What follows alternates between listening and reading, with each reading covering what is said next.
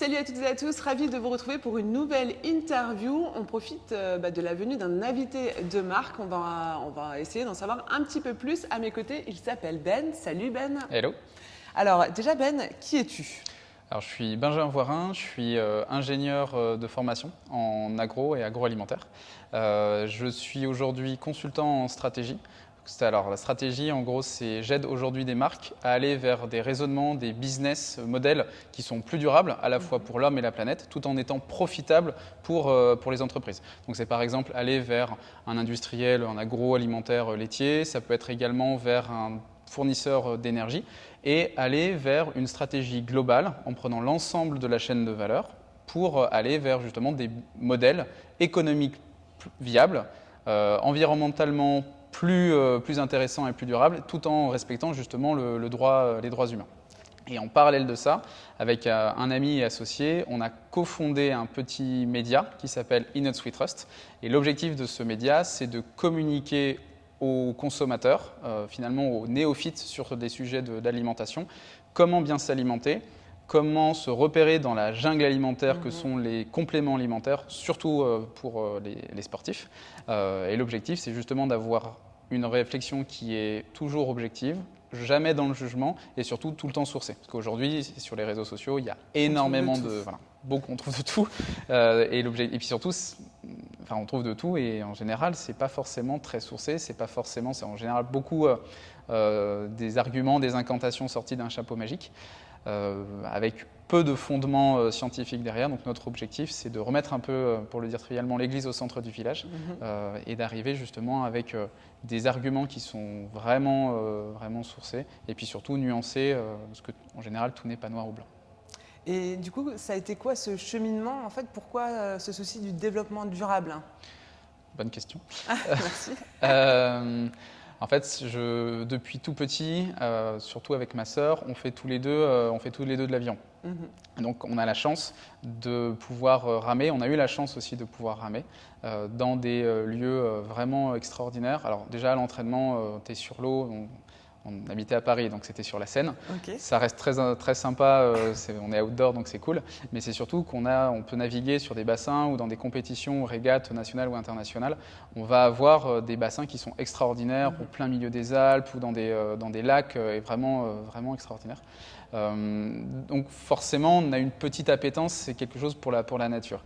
Et après, je viens d'un milieu où mes parents sont professionnels de santé. Donc forcément, ils ont infusé leurs valeurs et puis leur métier avec ma sœur et moi. Donc on a toujours eu l'habitude d'essayer de savoir ce qu'on mangeait, comment bien manger, sans forcément avoir l'école à la maison là-dessus, mais c'était inné. Donc j'ai continué sur des études en agro classique, et c'est vrai qu'au fur et à mesure que je voyais, que je grandissais et que je commençais à me professionnaliser, je voyais un écart entre ce qu'on apprend en cours. On a la chance de voir en agro en fait énormément de choses, de comprendre énormément de choses sur les filières, les animaux, le végétal, la transformation et ensuite la consommation en général. Et il y avait un très gros gap entre ce que j'apprenais en cours, ce que j'arrivais à donner à mes clients comme information et finalement le néophyte sur ces sujets-là. Et c'est dans ce sens-là où je me suis dit que ça pouvait être intéressant de continuer là-dessus et de faire un side project qui est Innot We Trust bénévole pour justement apporter de la connaissance. Parce que je suis nul en mécanique et je suis très content qu'il y ait sur YouTube, par exemple, des vidéos qui permettent de me dire comment changer un joint de culasse. Voilà. Donc de la même manière, on se disait que ça pouvait être intéressant d'avoir le même apport, le même bénéfice pour des gens qui ne savent pas comment bien manger. Chacun a ses spécificités, chacun peut être très bon sur son... Dans son domaine voilà, en particulier. chacun peut être très dans son domaine. Et toi, c'est l'alimentation, du coup, pour le grand public. Ouais. Et c'est vrai que j'aimerais revenir sur Innot We Trust tout à l'heure, mais j'aimerais déjà savoir par rapport aux grosses entreprises de l'agroalimentaire, comment est-ce que tu as fait pour rentrer dans ces gros groupes, en fait, parce que c'est quand même quelque chose d'impressionnant. Alors, il faut... Peut-être, je ne sais pas si c'est impressionnant, mais en tout cas, j'ai eu la chance, en fait, de faire mes études, d'être ensuite assez vite intégré dans un cabinet de conseil à Paris, dont l'enjeu principal était réellement le développement durable. Sans greenwashing, parce qu'à l'époque, on coûtait très cher pour juste changer un logo de rouge en vert. Voilà. Ah oui, c'était déjà quelque chose de compliqué? C'était quelque chose de compliqué, mais c'est surtout, ils n'avaient pas forcément besoin de nous. Voilà, une entreprise d'hamburger qui change son logo de rouge en vert, bon, ils ont des marketeurs en interne pour le faire. Voilà.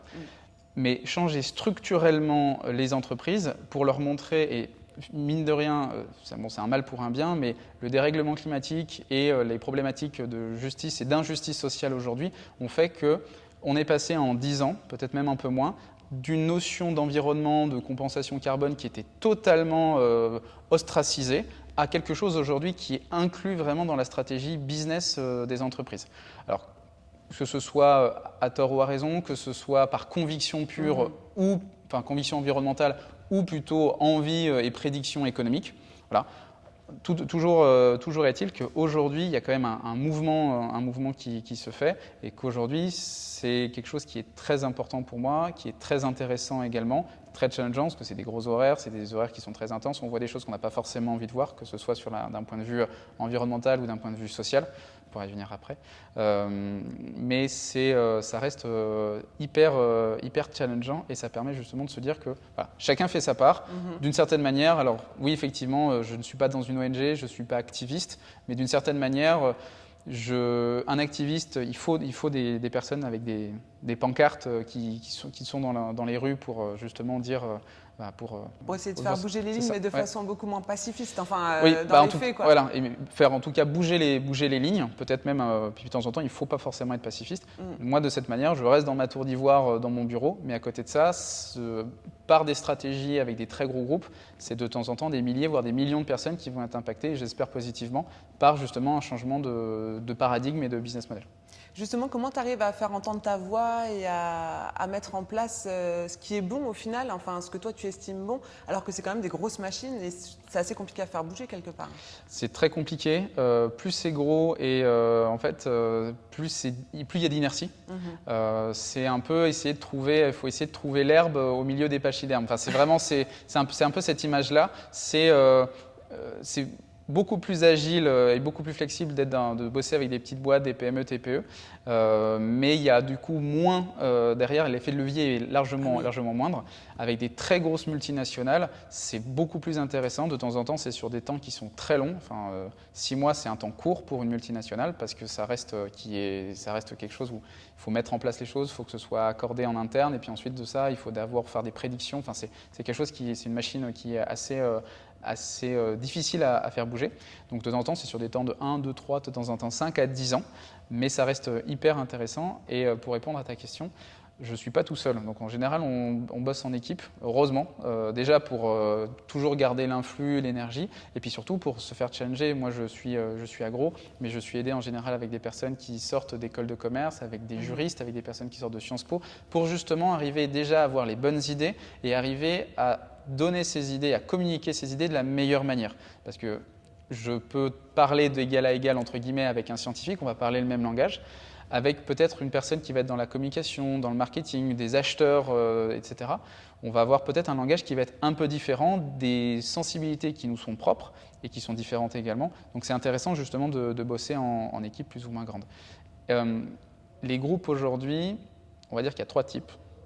Il y a les groupes aujourd'hui ou les entreprises qui ont compris qu'il fallait changer, parce que le dérèglement climatique aujourd'hui c'est une réalité. C'est pas papy m'a dit que c'était un truc qu'il fallait pas croire. Non, c'est comme la gravité. C'est un fait, c'est avéré. Le GIEC l'a dit. Donc là c'est sûr que donc ces entreprises ont vraiment compris qu'il y avait forcément quelque chose qui allait se passer, qu'aujourd'hui la seule manière de vivre demain c'est de s'adapter au changement climatique, de ne pas faire un exemple à la Kodak, typiquement qui n'a pas pris le virage du numérique et qui est mort. Et l'objectif, c'est de leur montrer ça, c'est de montrer qu'il faut s'adapter. Ces entreprises l'ont bien compris. Donc soit ces entreprises l'ont bien compris et n'ont pas besoin de nous parce qu'elles ont les capacités en interne de changer les choses ou en tout cas de s'adapter. Ok, très cool, c'est génial. L'objectif, c'est finalement que mon job soit désuet le plus rapidement possible. C'est qu'on aura avancé et qu'il faudra passer à autre chose, donc on aura compris les choses, quoi. Mais malheureusement, ce n'est pas le cas. Et bon, heureusement pour moi, j'ai un job, mais l'objectif pour moi, ce serait d'être au chômage le plus rapidement possible. Ça voudrait dire que mon job n'a plus lieu d'être et ça veut dire que tout le monde irait vers du meilleur. Et malheureusement, c'est le plein emploi dans mon secteur. J'imagine. Donc là, première partie d'entreprise, on peut aider ces entreprises-là pour aller encore plus loin ou en tout cas peut-être leur apporter un service ou savoir mettre en place des plans d'action et des stratégies si elles ne sont pas capables de le faire toutes seules. Mais en général, ces entreprises, c'est assez plaisant de bosser avec. Oui, parce qu'ils sont déjà dans la bonne philosophie, il n'y a pas ce côté pédagogie entre guillemets à leur apporter. Et voilà. Après, c'est de l'entre-soi, c'est que du coup, on est convaincu et puis du coup, c'est assez facile. Et après, il y a deux autres typologies. Il y a ceux qui sont vraiment l'extrême inverse, l'opposé, on est vraiment sur des galaxies différentes. Alors, ils sont totalement réfractaires au réchauffement ou au changement climatique. Pour eux, c'est business as usual. Et ça, pour nous, c'est très compliqué d'aller les voir, ou en tout cas d'utiliser des arguments qui sont de l'ordre de l'émotionnel. On est vraiment sur de l'ordre du business. Et il faut voir en fait quel va être l'investissement, enfin le retour sur investissement, parce que de temps en temps, il peut être très lourd, surtout pour des modèles économiques qui sont assez vieillissants, pour des outils de production de temps en temps qui valent des dizaines, voire des centaines de millions. Donc ça, aller voir un abattoir aujourd'hui et dire aujourd'hui tu vends de la viande, peut-être que demain ton objectif ce sera de vendre de la protéine, donc protéine animale ou végétale, ça va dire ils peuvent être totalement OK. Bon, déjà, ce n'est pas forcément le cas, mais c'est surtout, ils peuvent se dire, en fait, aujourd'hui, il va falloir changer des machines. Et il faut révolutionner l'outil de production mais totalement. Et le process. C'est ça. Et puis les outils de production, en général, sont vraiment calibrés pour un certain process.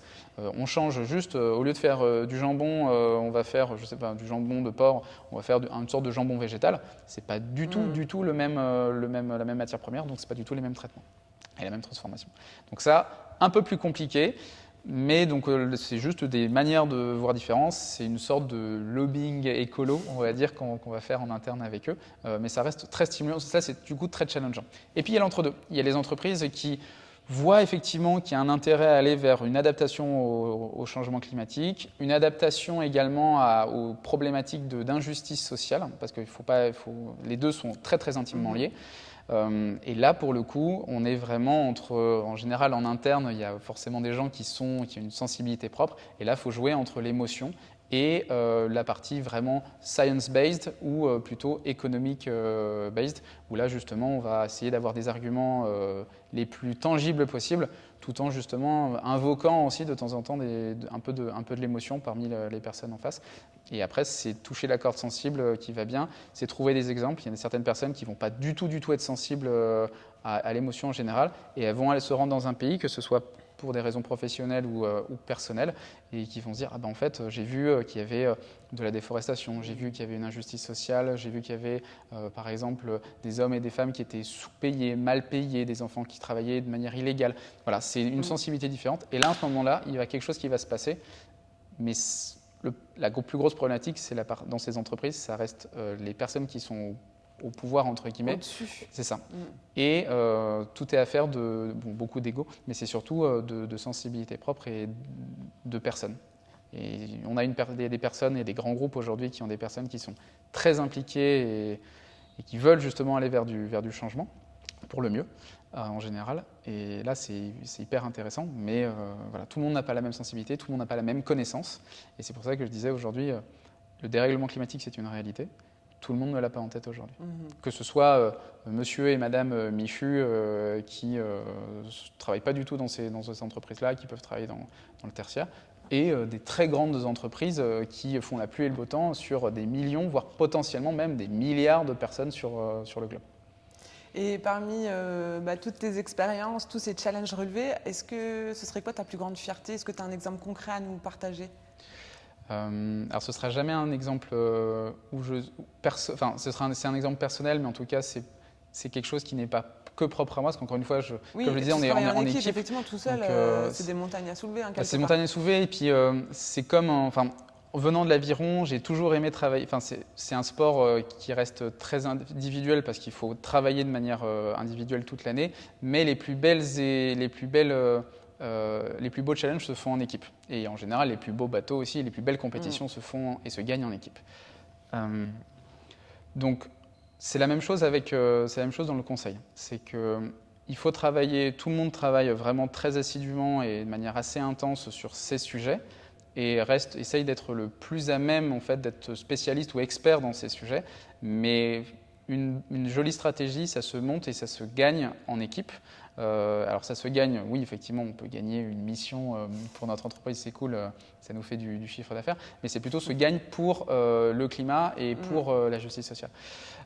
J'ai plusieurs jolis exemples en tête. On va aller de la petite PME spécialisée dans l'huile, enfin dans les huiles végétales dans le sud de la France et qui va mettre en place qui va se dire, on est pionnier du bio depuis des années, mais en fait on veut aller beaucoup plus loin, donc on veut réduire totalement drastiquement nos émissions de gaz à effet de serre, donc on va mettre en place un sourcing qui est vraiment beaucoup plus local, on va essayer de faire en sorte d'aller sensibiliser les consommateurs, donc ça c'est génial, effectivement ils ont une entreprise à mission, on va essayer de leur montrer pourquoi c'est intéressant. Alors oui, pour eux, il y a un enjeu business, bien entendu, mais à côté de ça, ils sensibilisent, ils font des campagnes justement qui permettent de savoir pourquoi c'est intéressant de manger local, en circuit de cours, quels sont les avantages et les inconvénients. En général, il y en a peu d'inconvénients hein, et beaucoup d'avantages.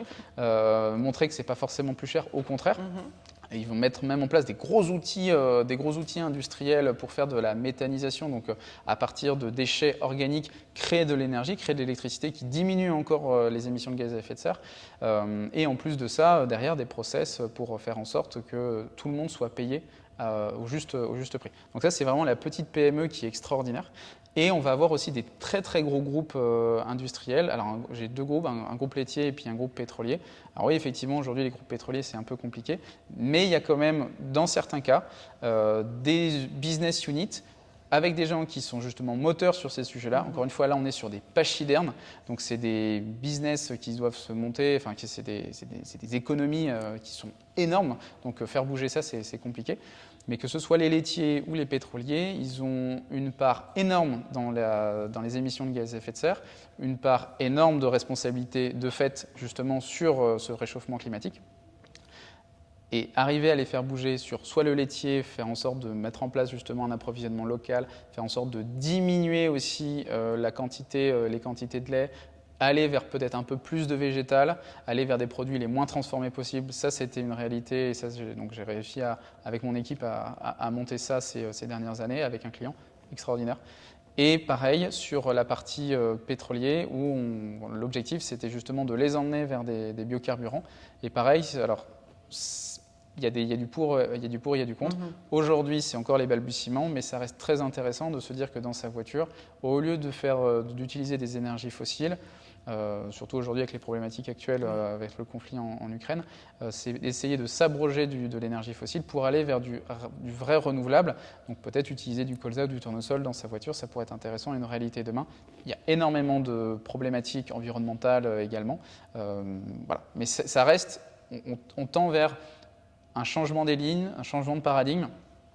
Et dans tous les cas, les lignes bougent et c'est intéressant d'avoir ça. Et c'est à chaque fois des petites victoires, quoi. Même sur des touches, on va dire. En fait, oui.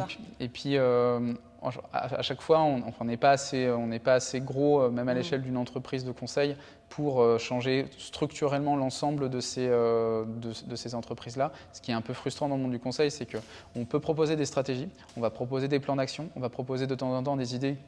En général, on espère qu'ils sont bonnes. Mais derrière, l'application réelle de ces idées-là n'est pas de notre fait. Et donc, on peut proposer les meilleures initiatives et les meilleures stratégies. Si derrière, en fait, on n'a pas la bonne manière de le dire, la bonne manière de le faire comprendre, bah, de temps en temps, ça peut passer à l'as. Ou ça peut arriver, mais quelques années plus tard. Donc, pareil, une entreprise de chocolat très connue en France qui a appliqué nos stratégies, mais quelques années plus tard, parce qu'ils n'étaient pas prêts avant, parce que la structuration du cacao pour eux, c'est bête, mais n'était pas forcément leur priorité, alors que ça faisait du chocolat. Mais c'était plutôt la quantité de sucre, c'était plutôt réduire les émissions, plutôt que d'aller se sourcer de manière plus durable, entre guillemets, justement sur place. Et aujourd'hui, ils ont vu qu'il y avait un vrai intérêt, que le cacao, ça reste comme le palme, en fait, une culture qui est très très très problématique, déforestation, émissions de gaz à effet de serre, injustice sociale également. Et donc voilà, ils prennent conscience, mais il faut du temps. Et c'est c'est comme pour tout. On ne peut pas aller trop vite, surtout sur des... Alors déjà parce qu'il y a des... De temps en temps, il y a des vies, surtout des métiers, des salariés en général qui sont en jeu, que dans ces grands groupes-là. Donc ils ne peuvent pas du jour au lendemain se dire on va totalement révolutionner les choses. Peut-être, il y a un risque de temps en temps d'avoir une perte d'activité, donc du coup de devoir licencier des salariés, et ce n'est pas ce qu'on veut non plus. Bien sûr. Mais ça ne doit pas être la raison aussi première invoquée par les entreprises en disant je ne fais rien parce que j'ai peur de licencier. Il ne faut pas se cacher derrière. Exactement. En fait. Voilà. Et en général, beaucoup de grands groupes français arrivent à sortir, c'est pas un groupe français ou même étranger, arrivent à dire en fait, je veux la paix sociale dans mon entreprise. Donc je ne peux pas bouger. Je ne peux pas bouger. Ailleurs. Mais ne pas bouger aujourd'hui et ne pas potentiellement même peut-être licencier ou en tout cas à changer son paradigme, changer les salariés, changer les métiers qui composent cette entreprise aujourd'hui. Alors effectivement, ce sera un petit coup, mais c'est rien comparé au risque demain lié, encore une fois, aux problématiques sociales, aux problématiques environnementales. Et peut-être que payer une formation à une centaine de salariés aujourd'hui, ça pourra éviter de licencier des milliers de salariés demain. Merci beaucoup Ben, c'est ton petit surnom, alors j'en profite, je l'utilise, c'était très intéressant. Et pour le côté particulier, tu es en ligne avec InNotes We Trust. Donc en fait, tout simplement, je propose à tous ceux qui nous écoutent ou nous regardent aujourd'hui d'aller faire un tour sur InNotes We Trust, c'est sur Instagram si je ne dis pas de bêtises. Et puis on a un site également internet, noteswetrust.fr. Ouais, ok, comme ça on peut aller découvrir un peu tous les petits trucs et astuces par rapport à notre alimentation au quotidien. Merci beaucoup pour cet entretien très intéressant. Et puis bonne continuation et j'espère que tu arriveras à faire avec tes équipes et tu arriveras encore à faire bouger beaucoup de lignes. On espère, merci encore. Merci.